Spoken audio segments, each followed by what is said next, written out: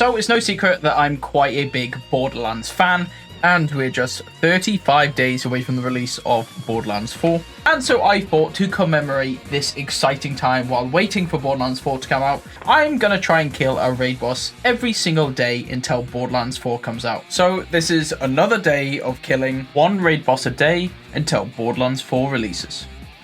Let's get into it. And today we are once again back inside of Borderlands 1, and well, you know, there's only one raid boss inside of Borderlands 1, and that is going to be CRAWMERAX the Invincible. And to be honest with you guys, I have now killed every single raid boss in the entire Borderlands franchise at least a single time. And well, with the lack of, you know, any more raid bosses are going to appear before the release of Borderlands 4, do you know, one of the goals that I have before Borderlands 4 is to get another pearl on Borderlands 1. I've only ever had a single pearl on Borderlands 1, and it was a Nemesis, and I am desperate to try and get another one. So, because we've already killed all of the raid bosses at least a single time, like I said before, I'm going to try to kill CRAWMERAX maybe a little bit more often than we have been, to try and hopefully get that illustrious pearl drop from him, because, I don't know, I think it would just be a really cool moment, and regardless, CRAWMERAX is always a pretty fun boss to fight in, you know, inside Borderlands 1.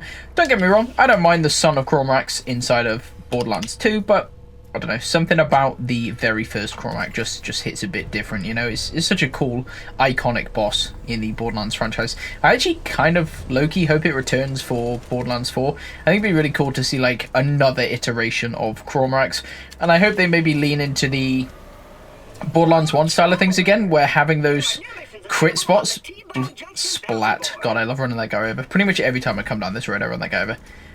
Yeah, just having those, like, you don't deal any damage unless you hit those precise crit shots, and yeah, it's pretty cool. I like them a lot. But you've seen me travel over to CRAWMERAX quite a few times before. Make sure when you're in T-Bone Junction you head south. I've said it a million times, but make sure you head south to the Crimson Tollway. That way you can actually make your way over to CRAWMERAX without getting too lost, you know, on the way over. And otherwise, if you go north, it's not going to be a good time. You're not going to find any raid bosses up to the north of this map. So make sure you head south down to the Crimson Tollway, head all the way over these bridges and into the Deep Fathoms. And then it's just a short trip up through the Deep Fathoms until we find our good old friend CRAWMERAX. Now, did any of you guys see the recent sort of character introductions for some of the new characters in Borderlands 4? I'm going to be honest, they are looking pretty cool. I saw Rafa's story the other day, and yeah, that was pretty awesome. The ex-TDO soldier Rafa. He's got a pretty cool backstory with his... What was it? He came from a planet with really low gravity, so when he's on the new planet, his bones don't work properly, so he's in this TDO exosuit, and they can basically take control of him whenever they want, and, well, let's just say he didn't like that idea too much and managed to break free. So, yeah, it's really cool. I like the backstories. And then, I don't know if we've seen an actual backstory. We got kind of like a gameplay trailer for Amon pretty recently, which, to be honest, let me know in the comments down below, but what is your character you're going to be playing inside of Borderlands 4 first? Don't get me wrong, I'm probably going to be playing every single character in Borderlands 4, but the question is, which one do we go for first? Personally, I'm leaning towards Amon. I think he looks super cool. I like the idea that he was, you know, on this planet where his whole, like, cult worshipped the Vault Monsters, and then, you know, the Vault Monster went rogue, killed all of his family and everything like that, and everyone that he knew and loved, and now he's like, right, every single Vault Monster is going to get it. I'm going to kill them all of them are going to die. So, I don't know, the idea of that is just super cool to me. Plus, he's kind of like a Viking style character with a giant beard, giant dude with big axes, and he looks super cool. His shields and his axes and his kind of chain whip ability thing, man, I don't know. I like the look of him already. So I think he is almost certainly going to be my first pick. However, I will say Harlow is probably looking to be like my second favorite. She looks really cool as well. Regardless, let's focus on the task at hand for a second. CRAWMERAX come out and spawn. Let him run forward just a minute, and then we're going to go invis over to the left hand side and get over to the trusty... Oh, what in the heck? What is that? Rock is made of what was that? The rock is like made of elastic bands. It just like pinged me back off the edge. That's outrageous. What the heck? I've literally never seen that before. What is that rock made out of? My god. Oh, we're gonna wait for the elevator to come back down. No, please. Okay, well, more waiting. I will say, if you ever want to actually farm CRAWMERAX for any pearls, make sure you don't save quit once you kill him once. You can actually just turn around, go out of the arena, and then head back into the arena, and he will respawn. So that cuts out your like entire Crimson Tollway drive. So make sure you don't save quit. Otherwise, the farm's gonna go from like a 2 or 3 minute farm to like a 5 or 6 minute farm. Which, if you're farming him a lot for a pearl, that's never a good thing. Okay, well, let's see if I can actually make it inside of the arena without getting rubber banded off the edge. I suppose I could show you my build very quickly. Very simple, standard, Lilith build. Not much deviation or build variety in Borderlands 1. So, here is the spec trees there. And as for the weapon, I'm probably going to be using the Skull Mashup for those extra projectiles, as well as the bonus crit damage with the Spectre class mod here, because extra projectiles on the weapon, like any kind of masher weapons. I have got like an Unforgiven masher or something like that, which I could probably use. But any kind of masher weapons are just great for, or multi-projectile weapons are great for CRAWMERAX, because it can be a little bit tricky to hit his arms. So, more projectiles means we have a greater chance to hit, and that's of course all we need.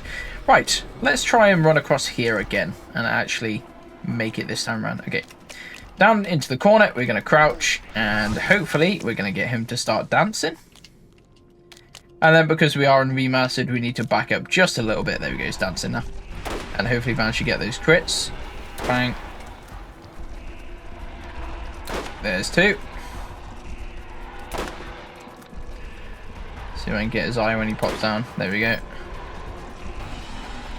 There you go. I'm going to have to move out slightly and get him to run forward a bit. Come on, show me those arms, big boy. There we go. And I'm hidden again. Where am I? I'm here. Bang. Oh, that arm's kind of just hidden. Oh. Oh. Arm's like just kind of getting caught behind the rock a little bit. There we go. Right, now we have to get the well-known crit on his back. And I think for this one, normally I like to run around, but you know what?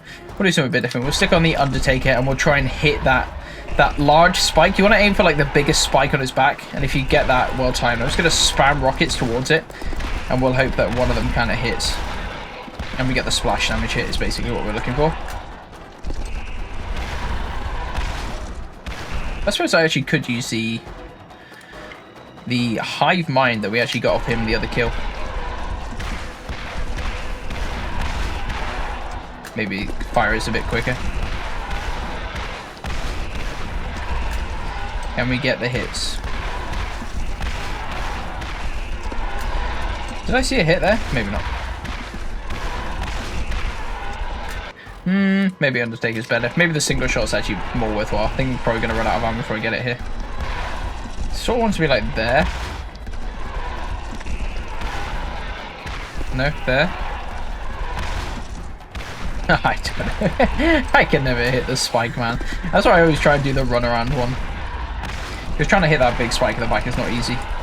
Maybe I get a Nidhogg rocket and I can do the launch over the top. Oh well. Okay, it's fine. We'll get our sniper back on and we'll just jump on out. Ah, action skill. Okay. See if we can get behind him and get the snipe off. To be honest, he's been a bit of a butt recently. He kind of turns around too quickly for me. Yeah, see? Sometimes he does, man. Sometimes he's just not going to play ball. Oh god, I'm getting chased by a crawl maggot as well. Not what I want. Okay. We need him to kind of walk around one of the rocks. Would be handy. No, crawl maggot, leave me alone. Oh god. I almost have killed here. Okay. De-aggregate everything. Alright, crawl. Stop being such a butt.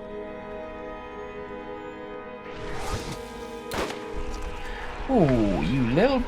Can you walk? Not that way? No. Turn around. Turn around, please. Oh, nice snipe there. The second he turned around, we got that kind of quick scope on him. Oh, look at all that. Disgusting. Cool death animation as well. Right. Do we see any pearls? It's a question. I'm going to do the good old scan across the arena. I see a blues. I see more blues.